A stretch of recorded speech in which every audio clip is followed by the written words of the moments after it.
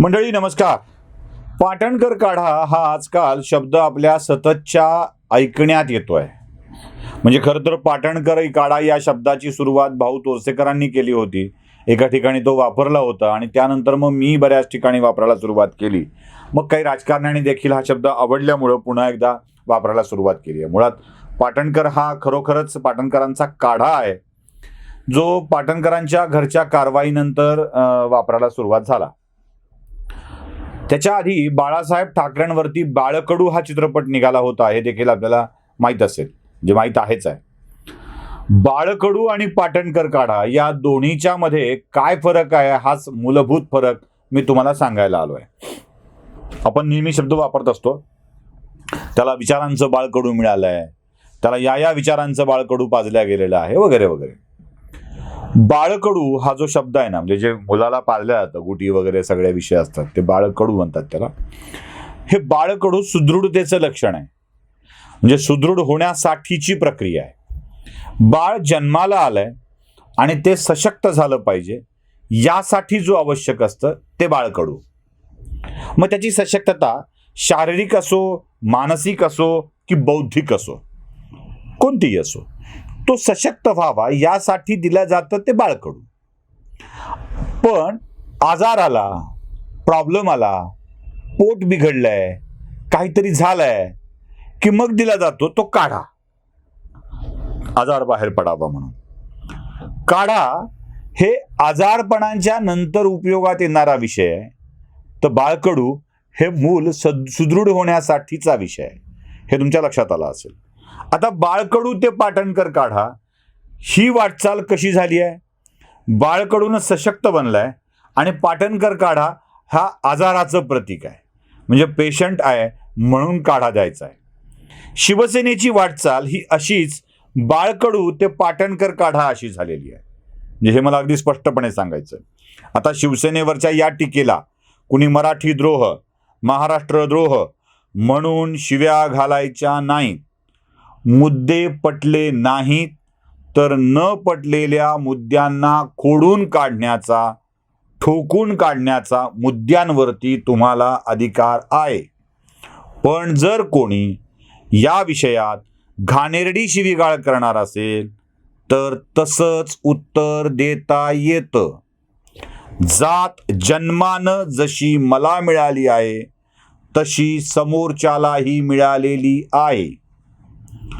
कुळ जसं मला मिळालं आहे तसं समोरच्यालाही मिळालेलं आहे.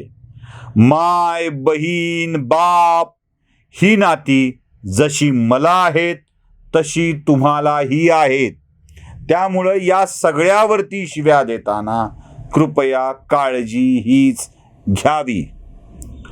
दगडफेक, मारहाण, चाकू लावणे असे प्रकार आम्हाला करता आले नाहीत, तरी याच्या विरुद्ध आवाज उठविता येतो. कृपया हेही लक्षात घ्यावे. बाळकडू ते पाटणकर काढा हा शिवसेनेचा प्रवास झालेला आहे आणि हाच विषय मी तुमच्या समोर मांडणार.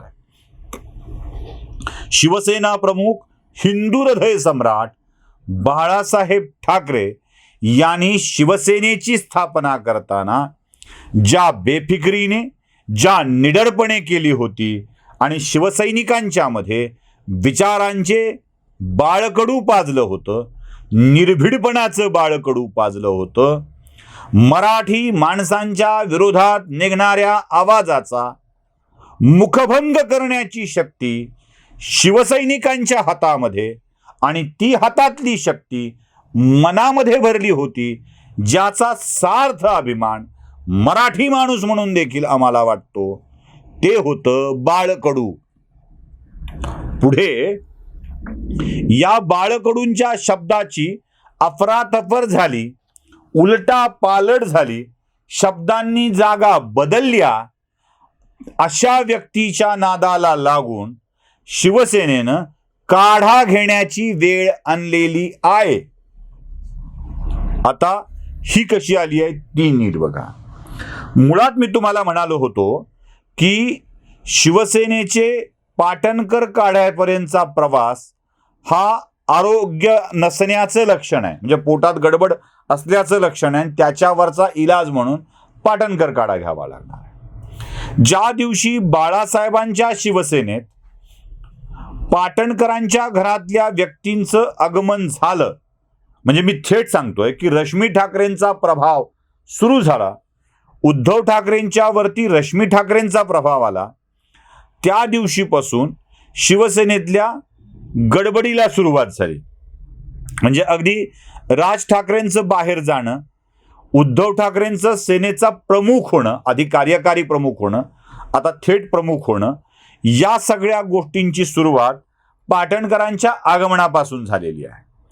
अगदी मातोश्रीवरचा पाटणकरांचा वावर देखील ती ठाकरेंच्याकडून पाटणकरांच्याकडे जातीये अशा स्वरूपाचा होता.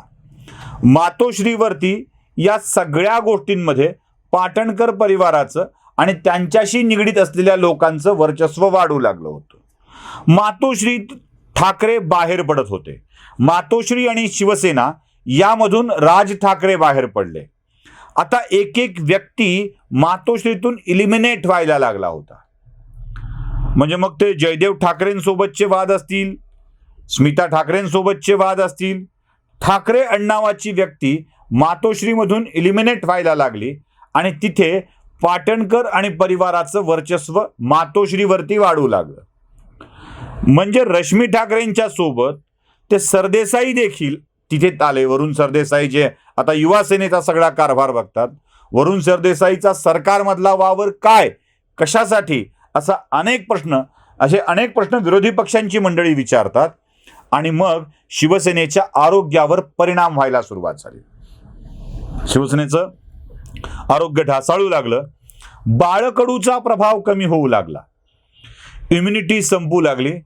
आता आजारपण घर करू लागलं आणि याच आजारपणात शिवसेनेतली अनेक माणसं हळूहळू बाहेर पडू लागली, जे कट्टर शिवसैनिक होते.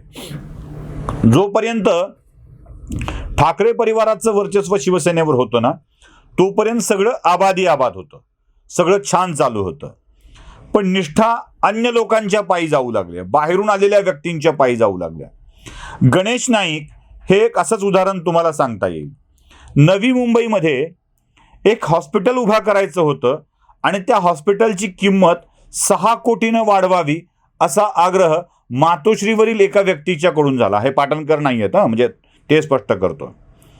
म्हणजे अगदी एका कंपनीला प्रदूषणाचा परवाना मिळावा यासाठीचा अट्टहास केला गेला, ज्याचं प्रदूषण खूप मोठं होतं. हॉस्पिटलची रक्कम 6 कोटीनं वाढवावी असा आग्रह केला गेला आणि मग अशा या प्रकरणातून गणेश नाईक शिवसेनेतून बाहेर पडले. एक मोठा व्यक्ती निघून गेला. अशी अनेक व्यक्ती शिवसेनेतून याच प्रभावामुळे बाहेर पडले. अगदी नारायण राणे सुद्धा, ज्यांची आज कट्टर दुश्मनी झालेली आहे. छगन भुजबळ, नारायण राणे, गणेश नाईक, ही काही नावं अशी आहेत ना की जी शिवसेनेचा प्राण होती. शिवसेना त्यांचा प्राण होती. दोघं एकमेकांसाठी आवश्यक होते. ही सगळी माणसं मातोश्रीवरच्या ठाकरे नावाच्या सोबत सुद्धा बाहेर पडायला लागली आणि मग शिवसेनेची प्रकृती खराब होत गेली.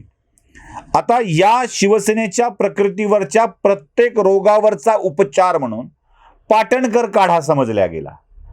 पाटणकर यावरती निर्णय घेऊ लागले. म्हणजे अगदी उद्धव ठाकरे ज्या गाडीत बसतात ती गाडी सुद्धा पाटणकरांची असल्याचं नंतर उद्धव ठाकरेंनी दिलेल्या शपथपत्रात नमूद केलं. गाडीचा चालक, पक्षाचा चालक हा सगळाच्या सगळा पाटणकरांच्याकडून आला आणि ठाकरेंचं बाळकडू हळूहळू प्रभावहीन होऊ लागलं. याच प्रभावहीनतेच्या कारणावरून शिवसेनेची प्रकृती बिघडली.